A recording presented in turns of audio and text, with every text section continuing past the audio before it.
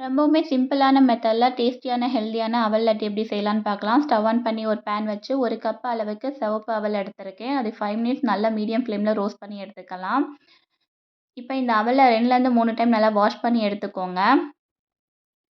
இப்ப தண்ணியெல்லாம் இருத்துட்டு ஒரு 10 நிமிஷம் மூடி போட்டு அவல அப்படியே ஊற விட்டுருங்க. இப்ப அதே பேன்ல 1 கப் அளவுக்கு வெல்லம் எடுத்து லைட்டா பாகு காய்ச்சி எடுத்துக்கலாம். இப்ப தேங்காய் 2 ஏலக்காய் போட்டு நல்லா அரைச்சு எடுத்துருக்கேன். இப்ப காய்ச்சின பாக அவல்ல சேர்த்து நல்லா மிக்ஸ் பண்ணி விடுங்க. பேரிச்சம்பழம் எடுத்து குட்டி குட்டியா கட் பண்ணி வச்சிருக்கேன்.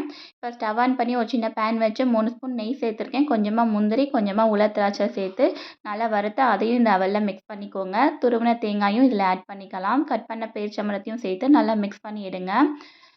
இதோட பாகோட சூடு கொஞ்சமா குறைஞ்சதுக்கப்புறம் நீங்கள் லட்டு பிடிச்சி எடுத்துக்கலாம். உங்களுக்கு விருப்பமான சைஸில் லட்டு பிடிச்சி எடுத்துக்கோங்க. அவ்வளோதான், சூப்பரான டேஸ்டியான ஹெல்த்தியான லட்டு ரெடி. இந்த வீடியோ பிடிச்சா லைக் பண்ணிட்டு மறக்காமல் சப்ஸ்கிரைப் பண்ணிடுங்க.